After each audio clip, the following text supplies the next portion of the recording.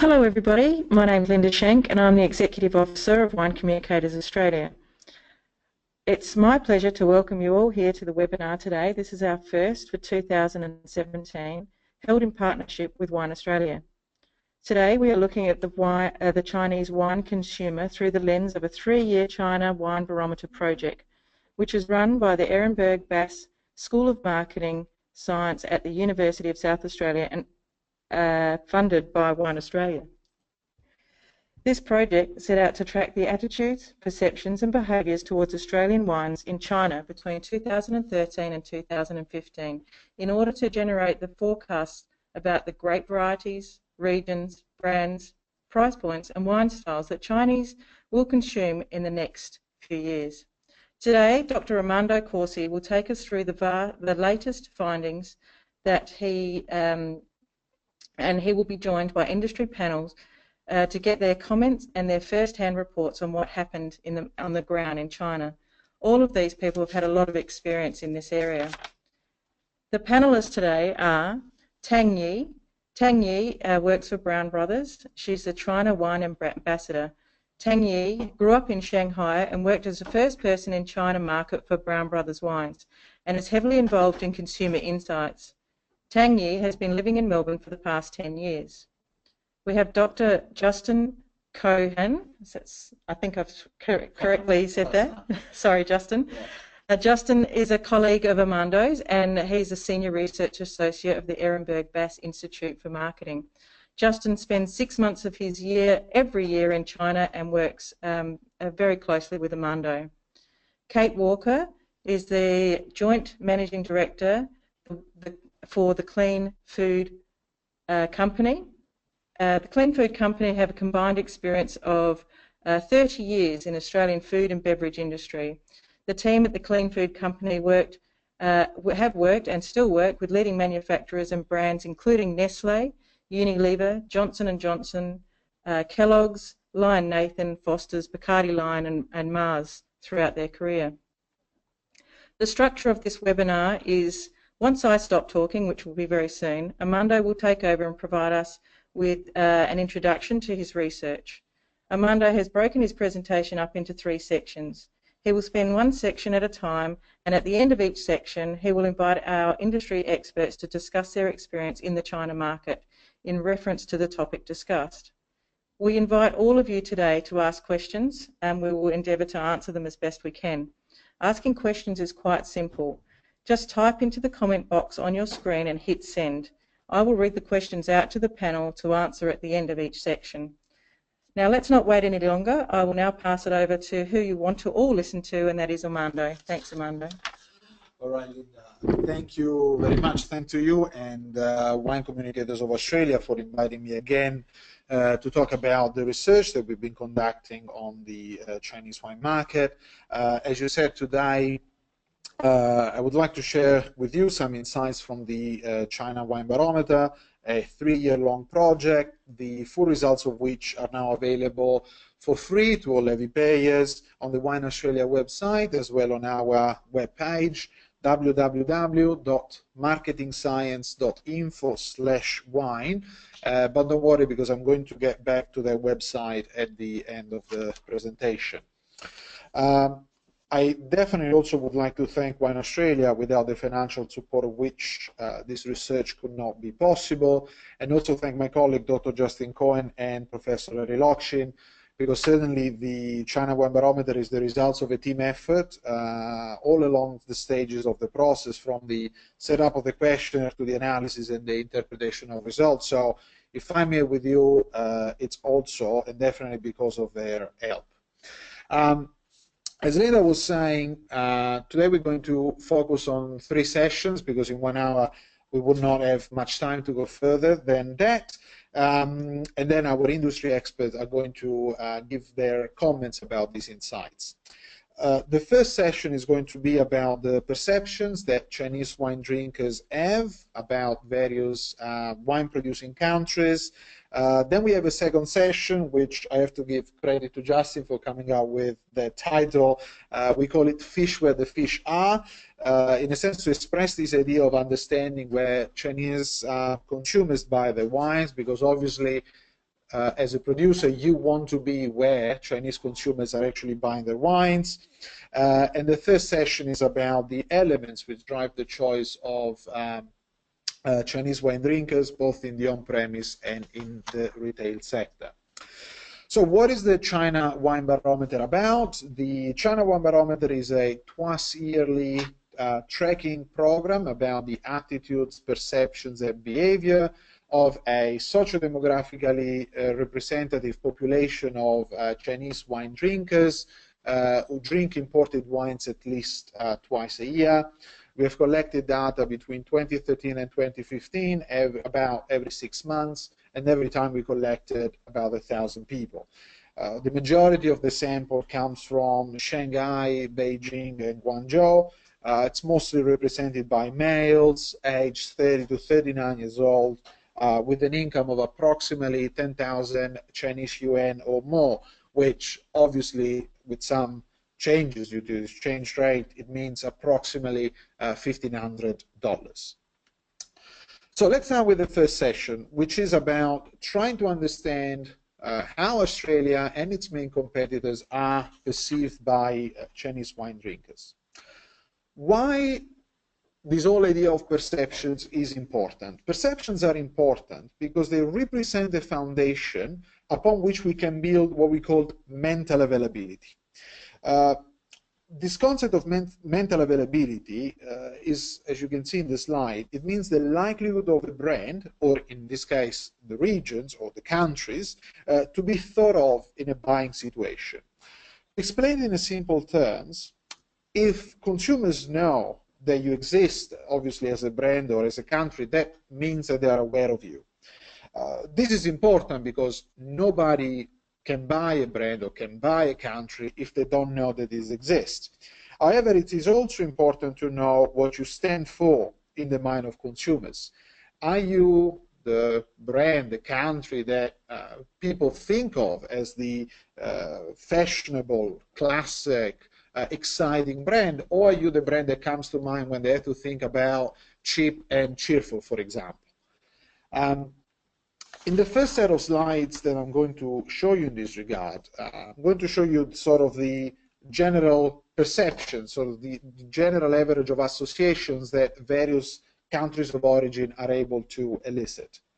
As you can see from this slide, slide 9, France is the country that is able to elicit the majority of association across all the product characteristics.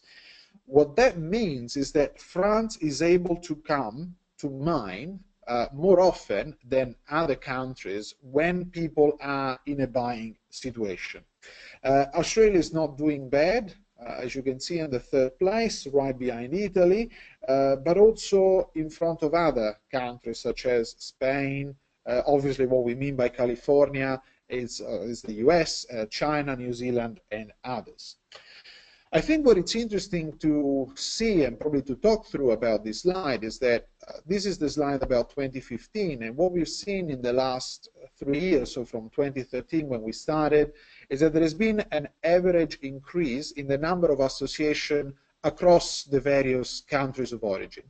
This is an important result because China being a novice and certainly new wine market, the fact that Chinese wine drinkers are able to increase the number of associations with the variety of countries, it means that wine is a product that is certainly becoming more and more popular and is coming into play and is coming to the mind of Chinese wine drinkers more and more often, which is certainly a first good sign for then the second part of what we want to achieve, which are actually purchases.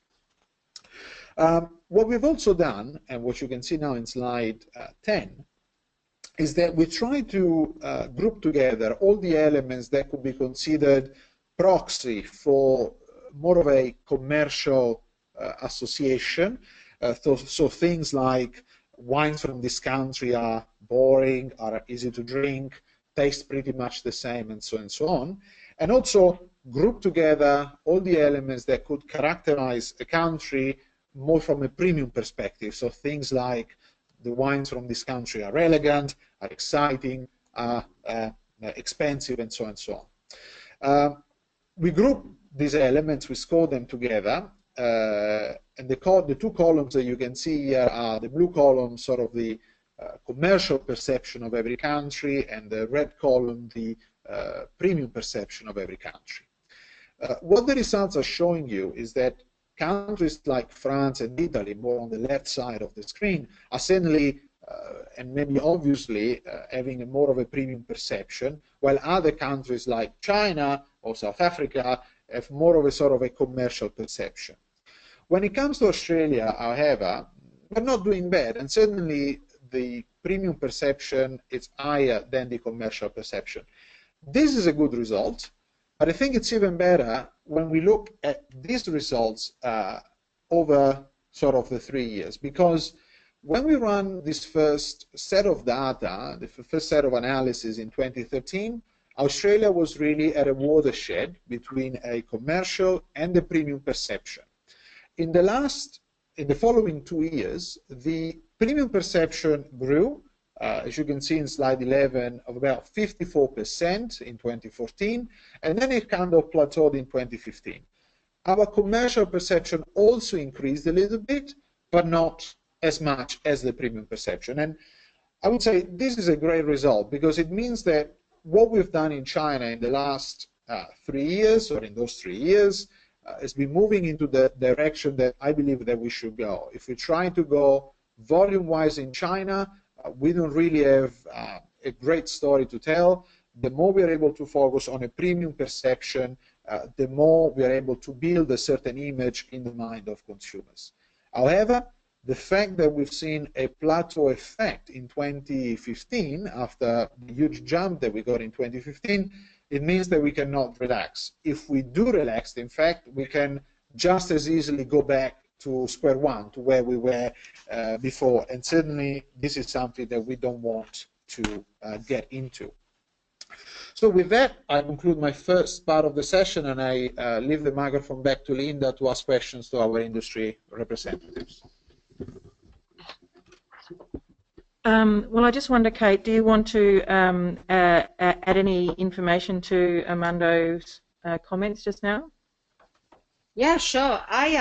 I agree that it's excellent that the premium perception has increased, and I think one of the reasons why that probably has increased is that over these last few years, a lot of people have actually trialed the wine for the first time and have made that decision for themselves, that there is it tastes good, it does have that premium positioning. So I think that's probably reflective of the fact that more consumers have actually trialed Australian time in that time, over that time.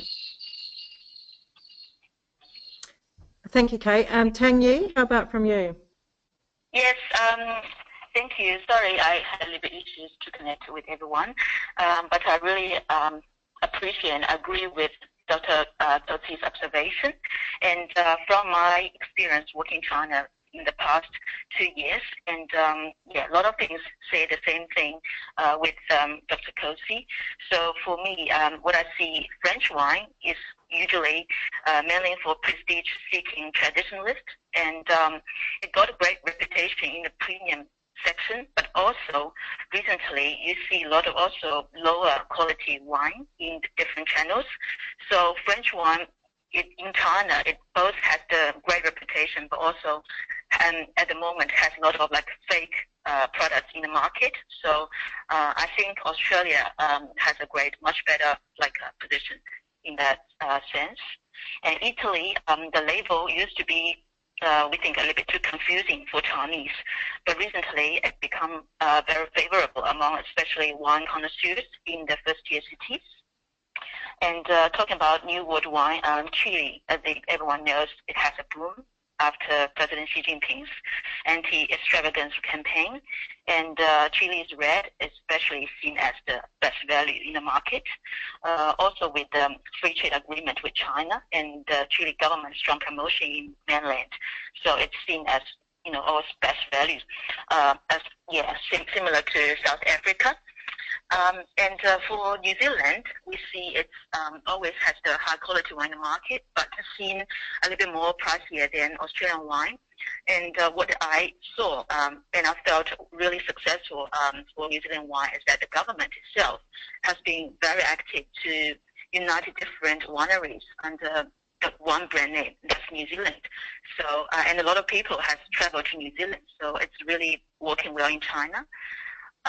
Talking about Australia wine, the export to China, we all see that it has reached 520 million in 2016, and Australia is the strongest growth country.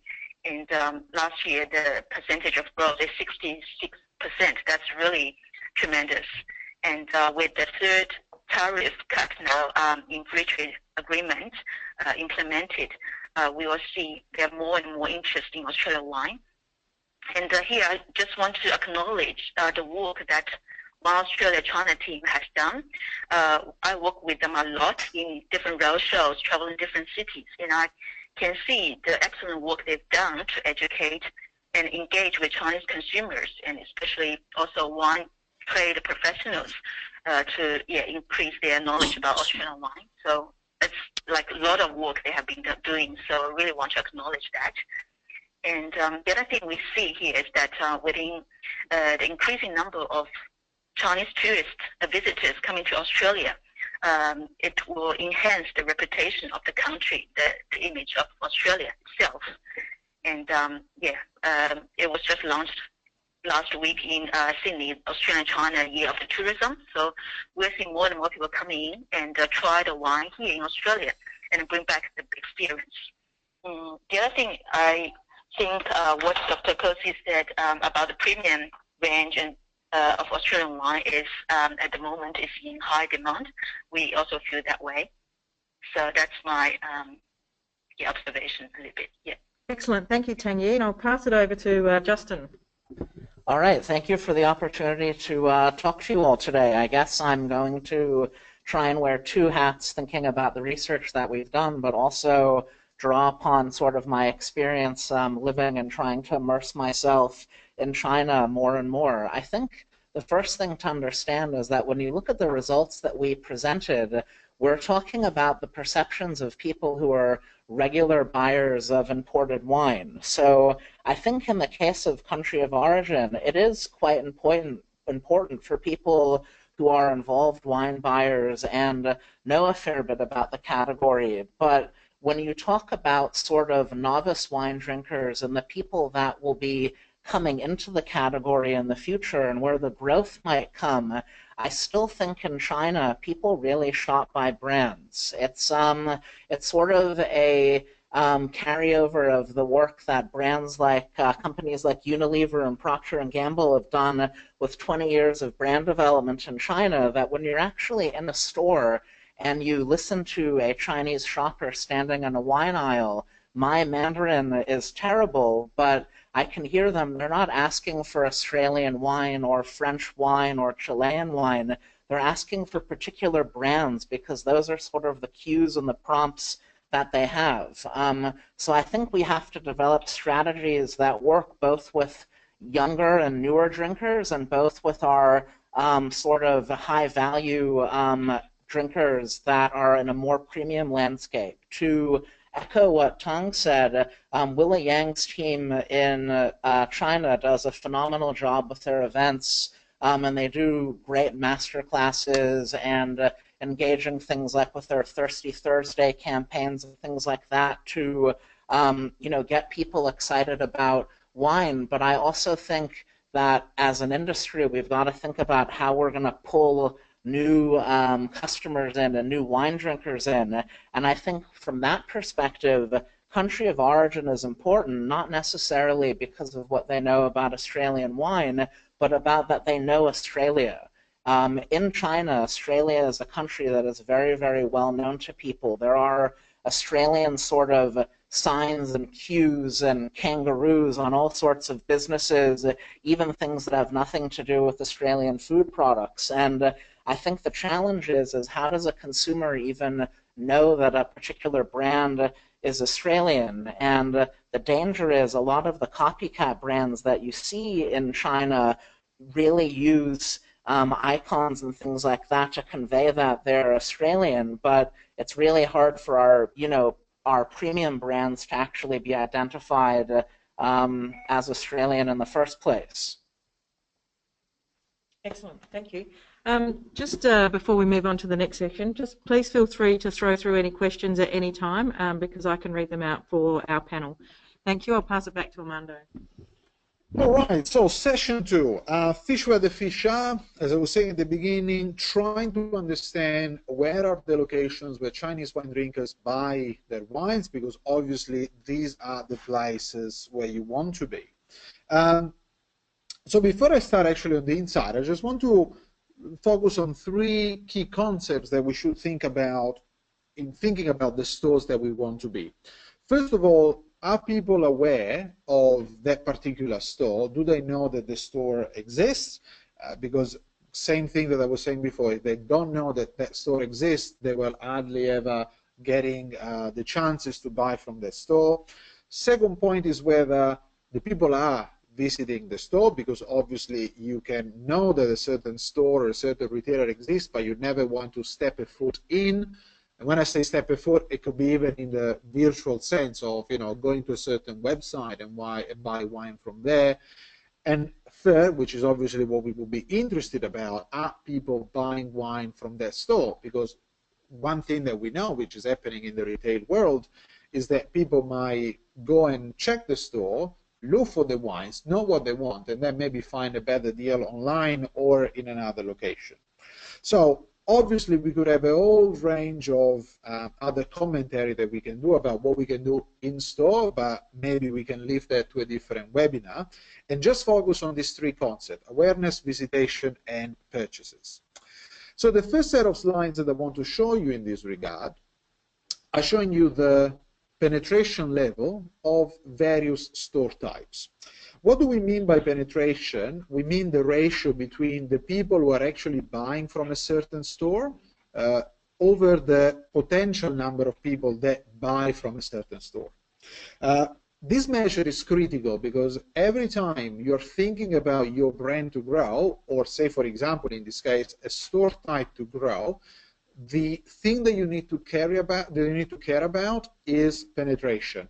Trying to get more customers buying your brand, trying to get more customers buying from a certain store type, rather than trying to sell more to your existing customers. So what we can see here is that certainly hypermarkets and specialized wine stores are leading the way, followed by both online specialists and online generic retailers. Down below, sort of kind of halfway, we can see supermarkets and brokers and distributors, while it looks like down there that internet offers, for example, have not encountered the favor of Chinese wine drinkers just yet. In the second set of slides, we're going to go back to kind of 2 of the 3 pillars that I was talking at the beginning of the session, which are visitation, which you can see from these blue bars, and these are visitation percentages across a whole variety of retailers in China, and the red line, which is a measure of conversion, which this conversion is simply the ratio between the number of people buying from that particular retailer, obviously buying wine from that particular retailer, over the total number of people entering the store. Obviously, you can see more on the left side of the slide that some retailers like Walmart and Carrefour have more visitors, who also have the likelihood to buy more from those type of retailers. Yet to some extent, this is not the real reason why I'm showing you this slide. The real reason is that I believe you can spot a pattern in this data. A pattern that shows that the more visitors you have, the higher are the chances to convert those visitors into buyers. So although I realize that several of you do not have the volumes, the financial resources, or maybe not even the inclination to deal with big hypermarkets like Walmart, like Carrefour, I just want to say, do not make the mistake of trying to place your wines in unknown retailers, in unknown bottle shop. Unknown is only good if you do not want to sell your wines, and I don't think you are in that kind of business. Unknown is not a synonym of boutique or niche. So the message here is that obviously according with your capabilities, in terms of how much wine obviously you can sell, always trying to aim to the stores where the visitation is higher. Because the more you can do that, the more are the chances that you can convert those visitors into buyers. There are certainly, some slightly deviations from these patterns. For example, Pudao Wine, more on the right side of the screen, and Ever Wines, which are two fine wine shops owned by premium distributors like ASC Fine Wine and Torres, respectively. But I can see you get the main patterns, sorry, Summergate, and you can see the main patterns here. And this pattern that we see in offline retailers, we can also see across online retailers, where, again, the more visitors you have on a website, the higher are the chances that that visitation to a website can be converted into a purchase. And with that, I will stop talking again and will leave the floor to our industry reps. So, Kate, I'll pass it over to you. I've got a question for the panel. What should Australian wine brands know about retailing in China from your experience? Okay, at the Clean Food Co, we don't just work in wine. In the big scheme of things, we're relatively new to wine. We work across a whole range of categories, including food and beverage, skincare, healthcare, personal care, and also fresh. So I think we're in a unique situation to be able to look cross categories and get some of the learnings and some of the insights from these categories and these channels, and then we're able to then apply them to other categories such as wine. So in terms of China retailing, what we would say to everyone is China now is a very, very different landscape to it was a few years ago.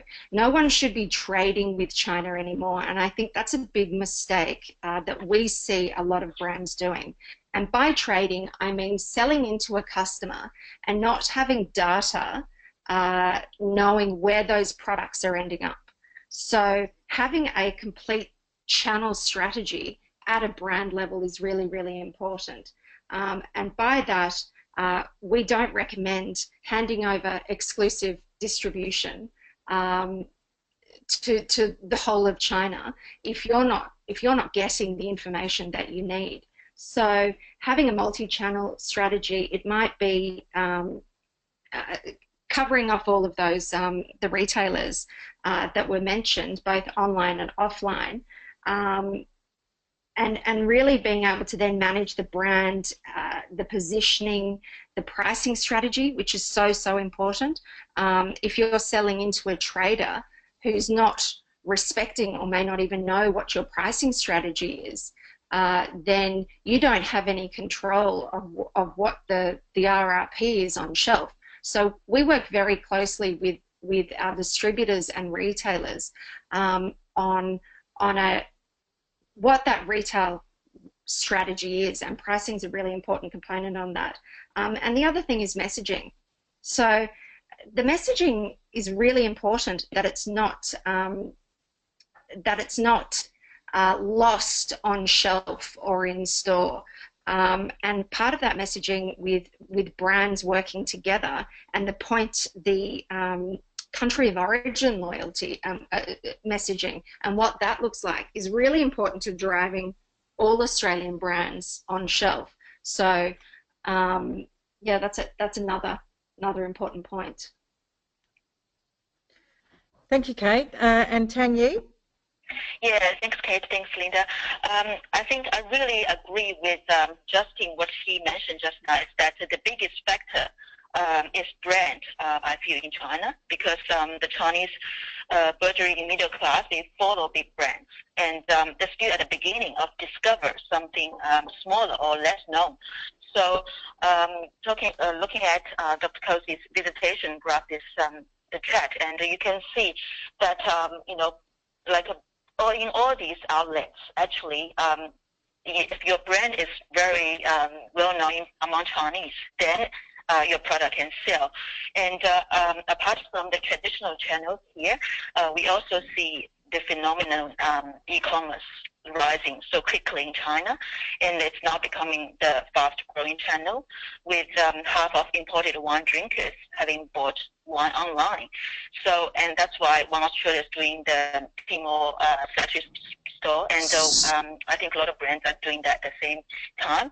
And you can see in China major platforms such as Tmall JD, as well as other wine-focused, Wine Who and Yesma Wine, Zhouxian, all these, they are rising so quickly. And last year, September the 9th, so Tmall has the Wine Festival. It's the first time. And I think it has raised awareness of purchasing wine online to Chinese general public. So suddenly everyone talking about buying wine online. And that's also largely due to Jack Ma, his personal influence of importing French and Italian wine, and also himself purchasing vineyards in France. So, and also with you in the e-commerce channel, direct overseas supply has been seen as a very good guarantee of genuine wine. So 2 years ago, people probably still doubt about getting fake wines online, but somehow the e-commerce itself has been improving. So everything online seems, with all the comments and reviews, a lot of consumers believing what they read, and also they can feel free to comment on anything. So everything suddenly becomes very transparent. It's not dependent on what the store telling the customer. So the customer, they are eager to learn, and they are able to find information. So we see that as a big trend. And also with a lot of social newbies, millennials, they are shopping on more mobile device everywhere all the time. That's also what we feel about e-commerce. And talking about traditional one, I feel the on-premise business, it seems like to me it's a little bit declining in China, because all the restaurants and hotels, they couldn't charge a corkage fee in China since 2015, and you can see a lot of BYO all the time. And hypermarkets and retail shopping become secondary unless they are high-end ones and they are in good store locations. That's what I feel. And also, like talking about selected boutique wine shops and wine clubs, you can see like in this graph that Dr. Corsi showed us, you see Pudao wines. It's at the in the end, but you can see the conversion rate is really high. So somewhere like that, they're not just providing the wine, but also experience and also a lot of wine education to Chinese consumers. And that will actually be converted into actual purchasing. So that's what I feel in all these channels. And now up to Justin. Thank you, Tangye. And Justin? Sure. So I guess what I'd like to talk about is for in the few months leading up to the Christmas break, I was in Shanghai, and if you think back of the slide that had the visitation of all the different brick-and-mortar retail brands, I spent a lot of time funded by Wine Australia for a new project that we're working on, actually going in and auditing the wine categories in these stores and actually looking at what's going on. And I think there's sort of this idea that we need to get in our heads of what we wish wine retail in China is like and what it actually is like. And when you go to China on a trade visit and you go to Pudao and you see just how fantastic their wine retail is and their experiences, or you go to a place like City Super or Olay and City Shop and you see these most remarkable wine categories and this excellent presentation of the Australian category, it sort of stops there. And that when you go to the hypermarkets or the Chinese supermarkets or the convenience stores, just because these stores have an enormous number of employees walking up and down the aisles, it doesn't necessarily mean that there's suitable attention to actually keeping the category really stocked properly and arranged properly. And I think just we're working through the data now, but from my own eyeballs looking around, when you actually look across all of the distribution, even in a place like Shanghai alone, there's probably only 6 or 7 Australian brands that you commonly see throughout. And I think what I notice is that a lot of consumers don't even make it into the wine aisle.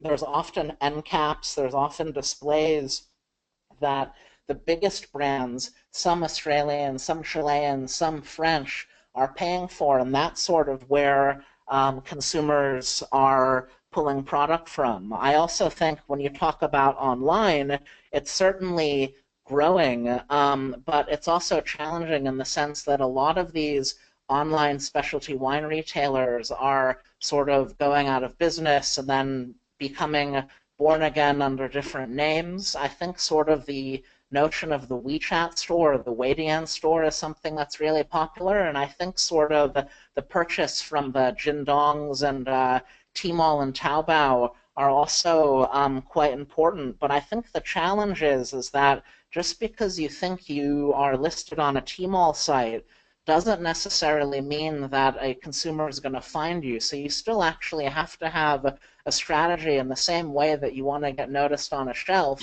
How are you actually going to draw people to your site? And if you can't do that, it becomes a bit problematic. And I think probably linking back to the previous section that Armando spoke about sort of the mental availability, I think one of the things that we have to make sure is that the sort of media investment and market development investment that you're doing needs to correspond where your products are actually being ranged. And to Kate's point, if you don't know where your product is going, you really need to be thinking about the relationship that you have with your partner in China. Excellent. Thanks, Justin. We have a question from the audience. For a very small producer, say someone with less than 10 tonnes, is it a wise idea to try and export to China?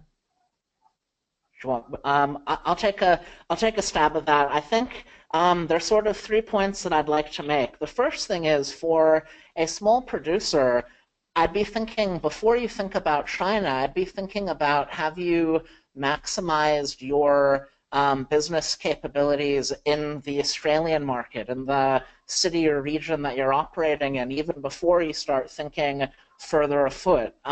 China is a really, really complicated market to operate. Certainly, there's a lot of opportunity, and it's geographically closer than the US or the UK. It's on a similar time zone, but a lot of the questions that I often get is people come to me and they say, so I'm the best Touriga Nacional producer of rosé from Langhorne Creek. Should I export to China? And the reality is, if nobody has heard of your region, if nobody has heard of your grape variety, and they've never heard of your brand, if you don't have the investment in place to actually build your brand in China, then it's going to be really, really hard to be successful. But that being said, I don't actually want to discourage people from China. I think it's an amazing market, and there's tremendous opportunity. So to Armando's point of that not everyone can be in Carrefour or Walmart, you know, China is a vast population. Even the smallest, what you might call a niche channel, still has an enormous customer base. So if you can create a product that fits a particular need, you can be successful, but you have to be aware that investment is required to make it work. Thank you, Justin. Unless we don't have any more questions, so we might pass it over back to Armando. Thank you. Perfect. All right, third and final session. Here I would like to focus on the elements that drive the choice of wine, both in the on-premise and in the retail sector. This information is useful because the more an element is critical for the choice of a wine, the more you should think about how can I make that element evident to my customers, to my consumers, so that we can facilitate the choice process. Look, I don't want to bother you with really the technicalities of the method through which we got the results. I think it would be enough for you to know that it's called the best-worst method. But the thing that I would like to focus you on is on the interpretation of the results. One of the advantages, in fact, of this technique is that you can see the results as relative scores between one another. So, for example, if you look at the first element, I've had tried the wine before and liked it with a score of 100. You can say, thanks to this technique, that that element is twice as important for the choice to say an element that is down here in the middle with the label which says I wanted to try something different, which you can see as a score of about 50. So the way in which you can look at this result is really in sort of their relative positioning. Now that we've clarified this, I want you really to focus on the results, which are showing you two main factors, and we're talking here about the on-premise sector. Previous trial is critical. It can be your own previous trial, so a customer that bought your wine before and liked it, or it could be the third bar here, that the wine was tried by somebody else and therefore was recommended by these companions to the person in charge of the choice of wine in a restaurant, in a cafe, or a bar. The other very important element is the fact that the wine was matching the food that people were having at dinner. Those three elements, you can see, are very close to each other in terms of score, and that means that obviously they're the three most important elements that we need to take care of when people are buying wine on premise. Other elements that I want you to focus your attention are the origin of the wine, the fourth bar, which seems to have more importance than the fact that people are buying a brand that they know, and also grape varieties. Down the lower part of the graph, I want you to focus on information in the wine menu, the use of the smartphone, and recommendation by the staff. None of these three factors seems to be very important, so that poses a question. On the one side, if they're not important, why should we bother about focusing on these elements if people really don't care when they choose wine? But at the same time, we might also want to think about if these elements are not as important as we think they are now, what can we do to make sure that we can change that relative importance in an on-premise sector in China? When we look at the results for wine choices into the retail sector, we pretty much see the same pattern, but probably even more emphasized on the side of having had the wine before and liked it, which now it's 2/3 more important than even the second element, which yet again is recommendations by family or friends. In relation to the three elements that I was mentioning before, grape variety, region, and brand, we can see that they also have some sort of importance. The only thing that we're seeing is a change in their relative positioning. So before we had origin, brand, and grape variety. Now in the retail sector we have grape variety, brand, and region. But pretty much we can consider them to be sort of important. So what I want to say here is that make sure that you have these elements clearly stated in your label and through all the marketing collateral that you can produce, because this will be great shortcuts for your wines to be seen. Scrolling down below, I want to focus the attention on the back label, promotional offers, and medals and awards. And I'm going to ask the same question that I asked in the previous slides. If back label, sensory descriptions, promotions, medal or awards are not that important, is it wise investing in these elements, which will definitely make your label, your marketing collateral very cluttered if they don't deliver the results that we want, which is making sure that consumers are able to see and pick up our wines. In relation to the drivers of choice, both in the retail and the on-premise sector, we want also to go a little bit further and trying to understand whether the occasion for which you buy the wine and the location in which you buy the wine, both in the on-premise and the retail sector, are able to generate some differences from this overall picture that I've just shown you now. So investigating that, we saw that in the on-premise sector, it does not really matter neither the location nor the occasion for which you buy wine. So pretty much the results, and I'm going back one slide, the results that you saw in this slide, slide 18, are pretty much you can consider sort of an overall good representation of the drivers of choice when people are buying wines in an on-premise venue. When we look into retail, into the retail sector, we found only differences in relation to the occasions for which they buy the wine. So if they're buying wines for more of an informal dinner rather than a special occasion, there seems to be some divergences from this overall picture. But again, the location for which they buy the wine, so if it's a supermarket or hypermarket, a specialized wine store, or online, does not change much the relative importance that people give to these various elements. So in doing this step further, we said, all right, let's try to mimic as much as we can a real choice scenario where we give people, like you can see in this picture on the left side of slide 20, a range of different wines, which through a technique called the Discrete choice experiment, we have manipulated the style of the label.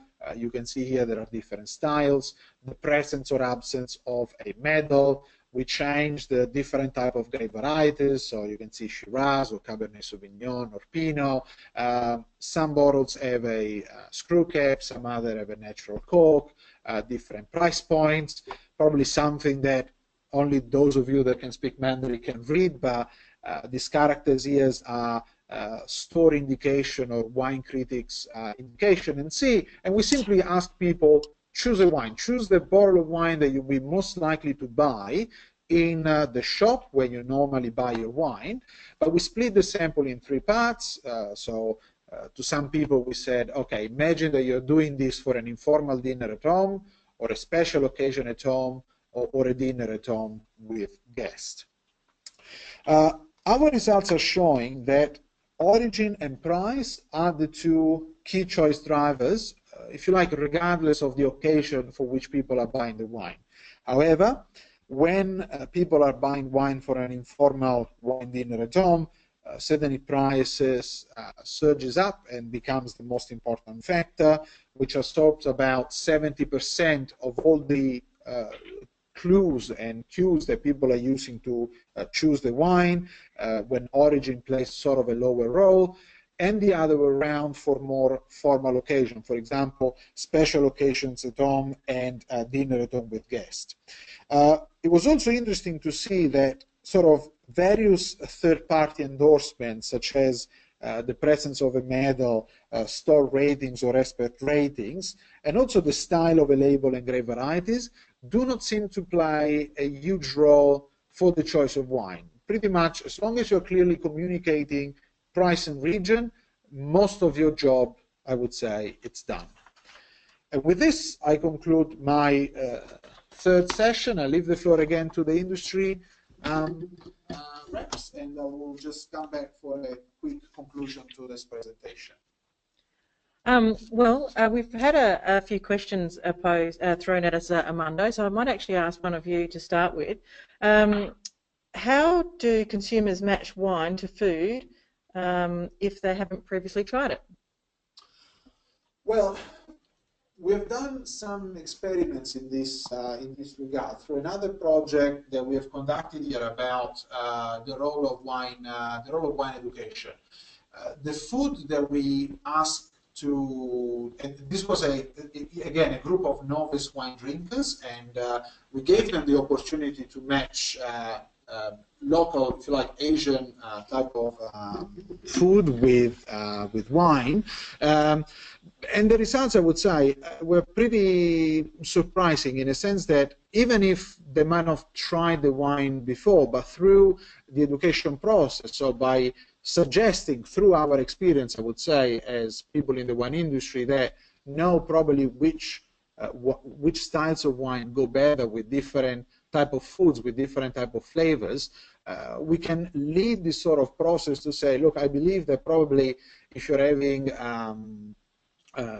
orphan with noodles, because of beef, etc., maybe a product like this might be better suited with a Cabernet Sauvignon because of the flavor profile of Cabernet, and maybe other things like fried pork chops could be more better suited for things like a Shiraz, again because of the match that we know it exists. So certainly we can't just leave everything to serendipity, but we can guide the process and make sure that that goes in the direction that we want to go.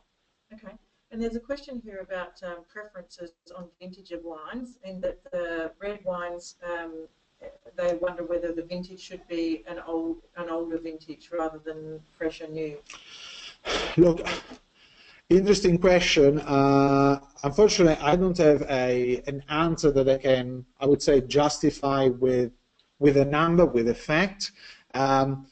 Certainly, there is a tendency to correlate and make sort of saying if the vintage is an older vintage, it must be more prestigious, so therefore it might taste better.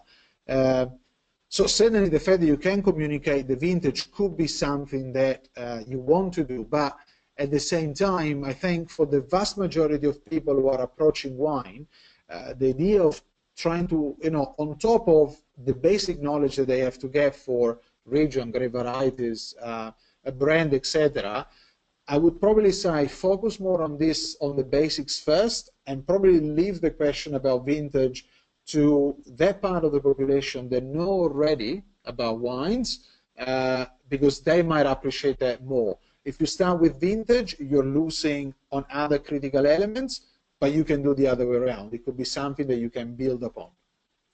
Excellent. And I think it was slide 19, there was a comment made about a promotional offer. So for a promotional offer and recommendation are not important, so what makes a brand stand out in the online space? And what do you suggest that people do? Well, again, I think the elements that we talked before. So, for example, if and also going back to Justin's points about if you come from a region that is not very well known, if you're using a grape varieties that is not very well known, that probably you're probably a bit more in trouble in this market in this moment. But certainly, if, as we've seen previous trials, or the fact that region, brand, and grape varieties are elements that people use, make sure that in the moment in which you develop a web page, those three elements are not written small, for example. It might be something as simple as making sure that those three elements are clearly communicated, maybe in bold with a good font, so that even on a web page, those elements will catch the attention of people, rather than providing too much information, which at the end of the day will only confuse your customers instead of guiding them to where you want them to go. Excellent, thank you. I'll throw over to the panel now. Kate, what's your observation about Chinese wine buying or other categories and behaviours that could help the Australian producers? Absolutely. So the drivers of choice is a really, really interesting thing to analyse. And just coming back to the last point on the point of sale material, a piece of point of sale that is giving basically the same information that's on the bottle and having that in a poster would not be something that would convert a consumer necessarily. So I'm not surprised that the drivers of choice that was further down. However, if you look at the opportunity with that kind of point of sale or promotion to educate the consumer and lead them into their purchasing decisions. So, for example, if we know that matching wine with food, and that's a wonderful insight, is a really good driver for consumers, then there's opportunity just to have some small point of sale or on the website, or which could be linked to the QR code, to show what this wine is going to, what food this is going to be matched well with. You can then work closely with the retailers, because I can't impress enough that we want brands to work as closely with the retailers as possible. You can then start doing cross promotions. So it might be that you're doing a cross promotion with a different category. So it might be the beef category, that there's a call to action or point of sale or QR code in the beef section that's showing this goes well with this wine. Now, we have found that retailers are really open to this kind of cross promotion. Now, the other opportunity is recommended by companions. So peer recommendations is so important. Now, that tells us that your platforms such as WeChat and Weibo, sharing, taking photos of the label and sharing with your friends, working with Chinese agencies who can help execute promotions. And these can be small-scale consumer promotions that don't have to cost a lot of money.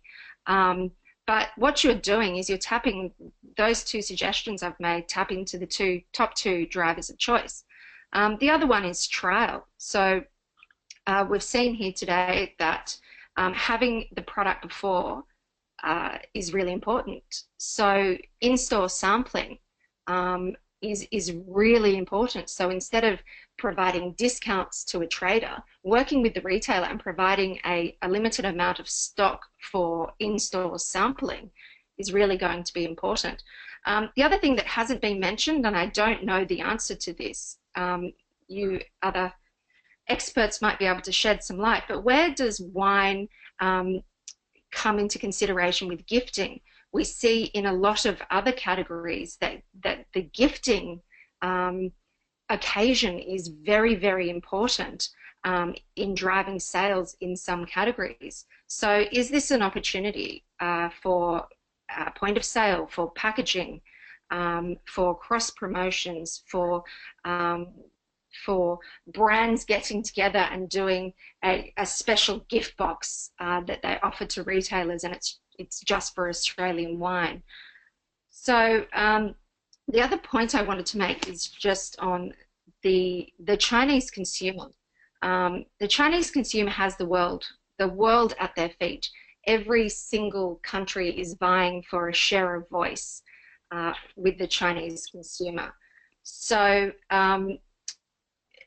the opportunity to work together, to share insights like we're doing today, insights and experience, and most importantly, collaborative marketing opportunities. And I think the wine industry is a very good demonstration of that through Wine Australia and their activities.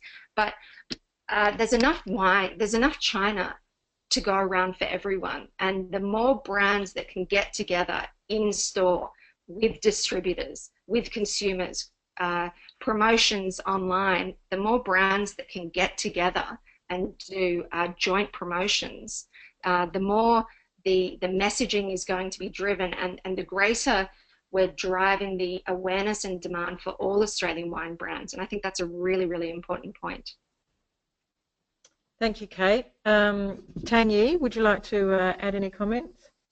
Yeah, I agree with all the previous speakers they're talking about. And if from my experience, if I start to rate what's most important, and I'll just follow the order. So still, first, most important is still brand. It speaks in China, and doesn't matter if you change the design, the bottle look, the back label. If it's a big brand, Chinese people just keep following. You know, that's why Penfold and Discrete are so successful. And also, I think it's the key driver for any purchasing anywhere in all channels. And so when I was doing events in China, the three questions I was always asked is, which brand is it? and how much is it? And then third is like, where can I see you online? I was always asked these three questions. So for smaller brands, I think the trial, it is essential, very important. That's why for Brown Brothers, we have set up a China team to keep doing it across China. It's a very big task, but we keep doing that. And for people who want to quickly know all the information about this wine nowadays, a lot of people also rely on e-commerce page, so they will check the comments and reviews, who also have tasted wine and what's their feedback. You know, all the wine matching information, people will discuss about that, and everything will be shown online. And for more young people, young drinkers, and emerging ones, social media is very important, and also their decision of choice are highly influenced by, for celebrities, the KOL, and the family and friends recommendation. So what Wine Australia has always bring to Australia, the media, the KOLs, they are very important. They are the ambassadors for Australian wine and the voice in the market. So and also talking about packaging and POS, it's like really important as well. You see all the French ones doing packaging very well, and also the gift-giving culture nowadays, very interestingly, not just traditional Chinese, the Chinese New Year, Mid-Autumn Festival, but also you see, especially in big cities nowadays in China, more and more Western celebrations. For example, today, Valentine's Day, Easter, Christmas, all these are celebrated. So China's actually become almost like more Western than the West. Yes, we always talk about this. Yeah, and also the country of origin, like I mentioned, the tourism into Australia, the image of the country perceived by not just the drinkers, but also the travelers, whoever bring the information back, the image about Australia, the reputation is very important. And we see in China, especially, I mentioned to Willa once, and I said Barossa is doing so well, it's so dominant as a region about Australia, and all the other states, we should, do something as well, good as well, as good as that. So that's my order of what I think the most important drivers for choice purchasing for Chinese consumers. Yeah. Thank you, Tan. Now, Justin, we're running short on time, but Sure. If everyone's happy to listen, we'll keep going for a little while. What's your thoughts? Okay, sure. I'll be succinct. I think the key thing to remember about China is that everything is changing very, very rapidly. And to the points about gift giving and holidays and celebrations, I mean, if you look at a calendar of a brand in China, there's literally some sort of shopping festival almost every 2 months. And there's all sorts of promotions to try and get people to buy things at specific times. I think the one trend I'm seeing is that consumers are tending to spend less in China. I think it's that people are realizing, the people that understand wine realize you don't have to spend an enormous amount of money to get a good bottle of wine anymore, but also the prices are dropping because there's a lot of lower-end wines hitting the market. And I think the other thing that we haven't really spoken about, which is the elephant in the room, is the Chinese wine industry. And for any Australian brand that really wants to understand sort of how, or a good example of good marketing or good in-store activation, you should actually see what sort of the mass market Kofco, Yantai brands like Chongyu, Great Wall are doing. I think they obviously have the benefit of, they have the language capabilities, but they actually do quite well at knowing how to reach people. But the challenge is planning things that aren't so time sensitive. So when I go into a retailer and I look at the gift boxes, when I have someone with me who is Chinese translating the promotions, they'll say, oh, here's the Changyu gift box for the G20 visit. Here's the gift box for this particular holiday. So it becomes quite apparent to a consumer that a product isn't selling. And I think, moving back to being a researcher, I think there's a sort of expectation that people have that we can do some research and say there's some sort of psychological reason or there's some sort of cultural reason to explain how people are buying things in China. But if anything, I think the reason why people's habits are shifting is because the availability of wine in China is changing. You're having more availability in more channels at more price points, and it's something that people are knowing more and more about. And I think that until things normalize in that regard, I don't think we're really going to be able to pinpoint on a particular reason why people are doing what they're doing. We just need to descriptively catalog what's happening as close to time as possible. Excellent, thank you. I've got a couple more questions I'd like to throw at you very quickly, Justin. Sure. So what are the best channels for premium wines? It seems that the comment's been made that e-commerce seems to be more focused on entry level. Sure. So, I mean, I think obviously, you know, not unlike any other market in the world, if you're selling premium wines, they should be in a place where they can be hand sold. So, in a place like China, that would be in a high-end on-premise venue. It would be in a specialty wine shop where you have salespeople that actually have product knowledge. You know, some of the ultra high-end retailers for the expats and things like that are potential channels. In the online space, though, I think the challenge is you can buy everything. And whilst Tmall is really, really popular at the moment, interestingly, from some of the conversations I've had with some of the online retailers, their competition is actually coming more from Taobao, in the sense that people who buy premium wines have a relationship and they get to trust a particular Taobao seller, and that's where they're buying wines. I think the benefit and curse of e-commerce is that for brick-and-mortar retailers, people can easily price check online prices, and if people are in a store seeing they're getting gouged on price, they're going to turn to e-commerce to buy it. But I think one of the challenges with e-commerce is a lot of wines are sold on promotion, and there's flash sales and things like that. And if you train a consumer to only buy wine when it's on promotion, you're sort of going to rip the guts out of the margins that you might be able to get. Excellent. And another question for you, Justin. How important do you think the cellar door is to building your brand or your brand loyalty?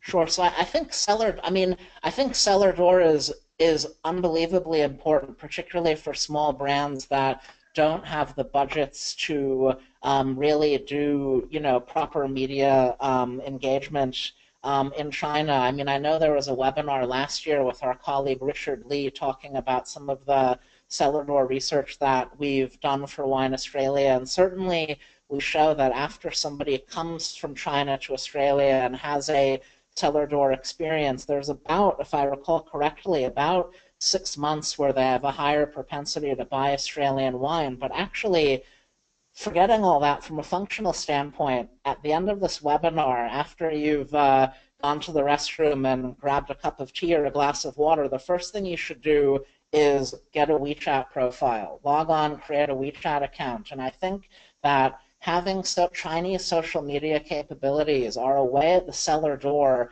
to actually capture people's details, and then you can continue to have an ongoing conversation with them when they go back to China, and you can simply tell them things like, this is where you can buy our wines. You can send them information about promotion. If you're sophisticated enough, you can have WeChat stores where you sell products in China. WeChat even has capabilities where people can pay through their WeChat wallets at businesses in Australia and other major tourist locations. So I think that cellar door is really important because, you know, it's a way that you can build memories with consumers. And I think irrespective of whether people are going, when they go back to China, you want them to buy your brand, but if they don't, if they're buying Australian, that's better for everybody. And I think that ongoing engagement, you know, will have an impact.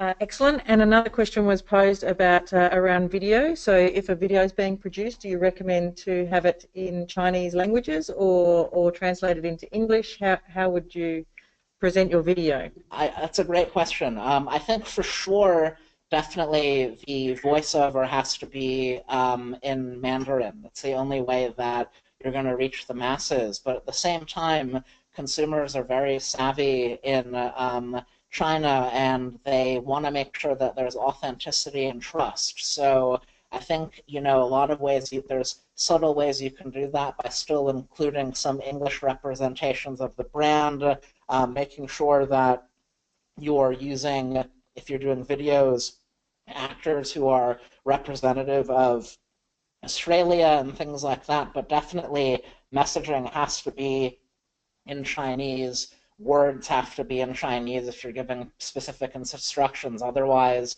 most consumers won't understand anything.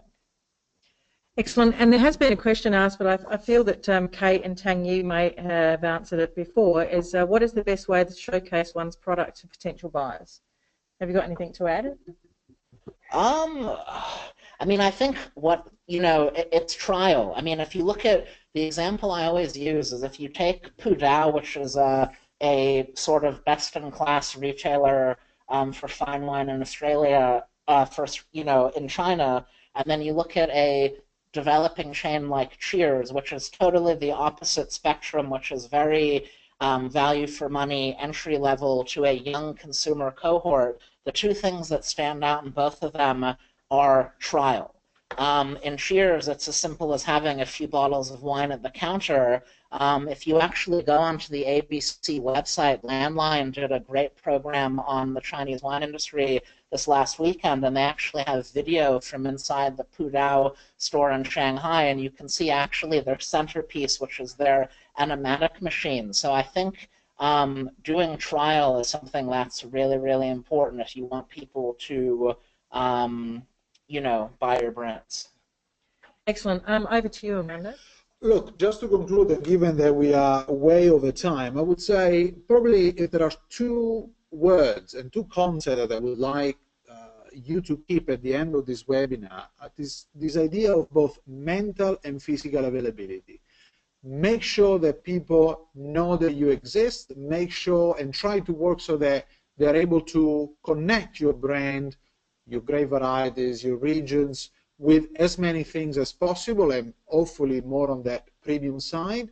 And I would say at the same time, not before or after, make sure that the product is available through a variety of channels so that people have the chance to buy. Because if they know that you exist, they might like you very much, but if they can't find you, they cannot see you on a web page, there is no way that they can get it. So going back really to, this is like marketing, for us is marketing 101. Two key messages, when you're reviewing your marketing or business plan, are we making sure that our product, our brand is mentally available for our customers? Is our product physically available for our customers? For all our sponsors that we got at the Ehrenberg Institute, we saw that when they started to apply this, honestly, I think a basic principle, their returns have been very high. So just really to conclude, so that I can show you again the website that I was telling you at the beginning, you can find all this information, so not just about the China Wine Barometer, but all the projects that we've run in the last few years with Wine Australia, plus all our reports and industry articles on our website, www.marketingscience.info/wine. I hope that you enjoyed this webinar. Happy Valentine's Day. Thank you, Armando, and thank you on behalf of our audience to the panel for your excellent contribution today, and of course thank you to our audience for being part of today. My apologies that we've gone over time, but I think you'll agree that it was great content and some really fantastic questions. Thank you for your contribution. Everybody registered today will receive a link to this presentation via an email tomorrow. Our next webinar is the 14th of March, and we'll be talking to the fabulous Trish Barry at Mastermind Consulting, focusing on social media, which is on the tip of everybody's tongue. I concur with Armando. Happy Valentine's Day. I hope you have some bubbles and some chocolate, and thanks for your attendance. Bye for now.